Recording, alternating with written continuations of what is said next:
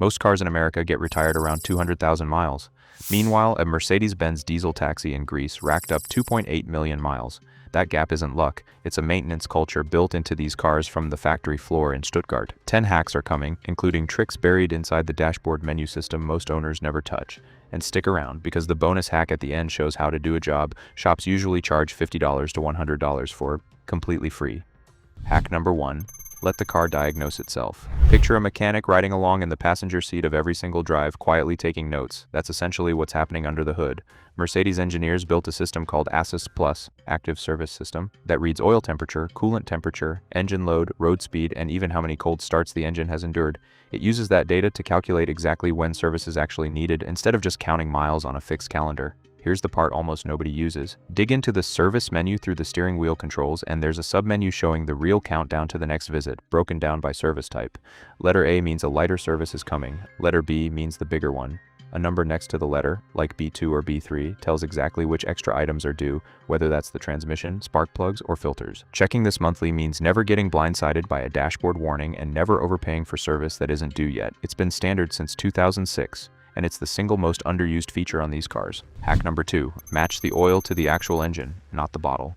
Walking into an auto parts store and grabbing any bottle labeled full synthetic 5W30 feels like it should be fine. It's not, and here's why. Mercedes engines are built around specific approval numbers, things like MB229.5 or the newer 229.71, that dictate additive packages designed for that exact engine's tolerances, turbo lubrication needs, and emissions hardware.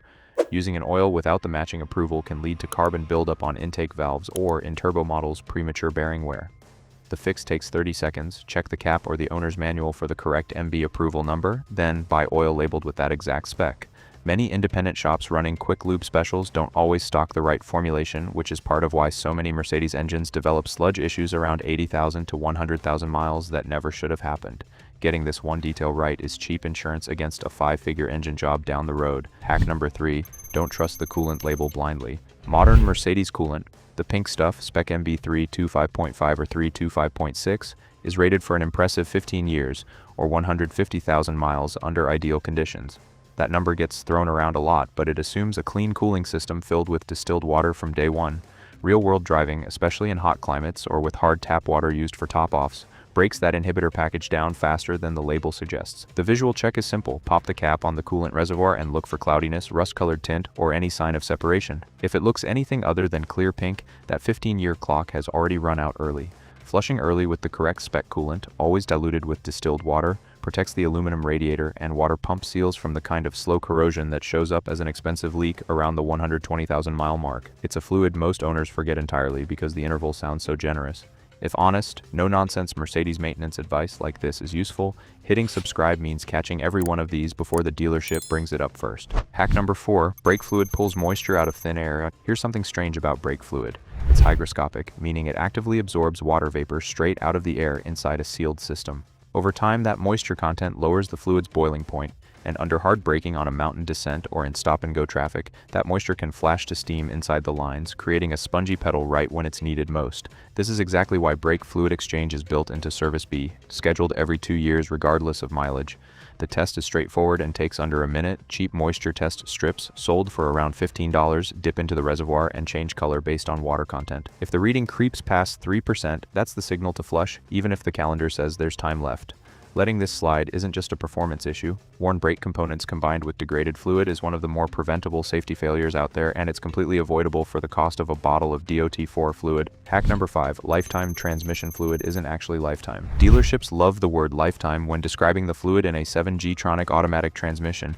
Technically, that claim held up back when Mercedes first rolled out sealed transmissions, but mechanics who've actually cut open the filters tell a different story, where metal particles from normal gear contact plus silicon left over from the manufacturing process build up in that fluid whether it's driven gently or hard.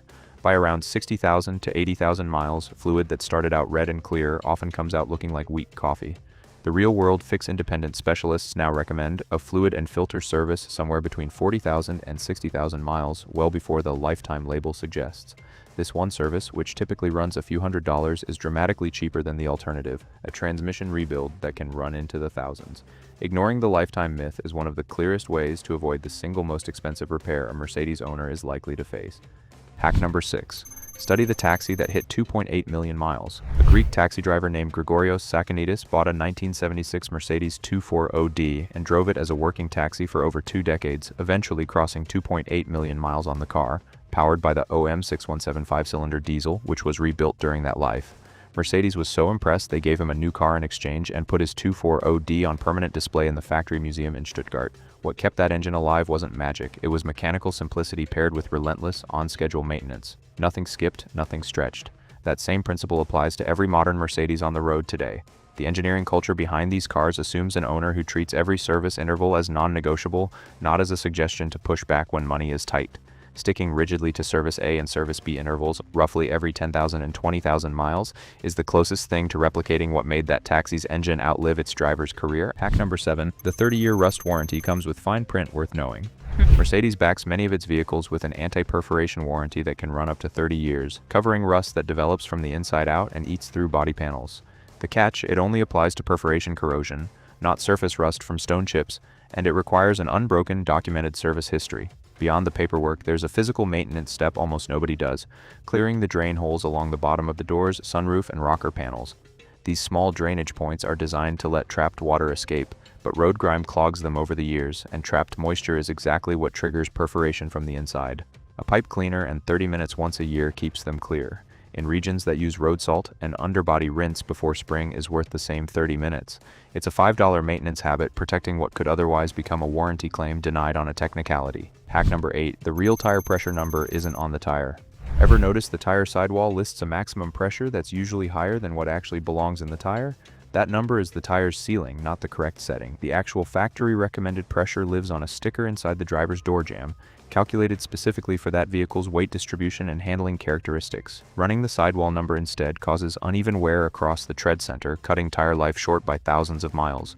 Checking pressure cold before the car has driven more than a mile or sat in direct sun, and matching it to the door jamb sticker rather than memory or the tire itself is a 2-minute monthly habit. It also keeps the tire pressure monitoring system from throwing false warnings, and it protects fuel economy. Since underinflated tires create extra rolling resistance, the engine has to work against every mile driven. Hack number 9. A new battery needs to be introduced to the car. Swapping in a fresh battery sounds like the end of the job, but on newer Mercedes models, it's actually the halfway point.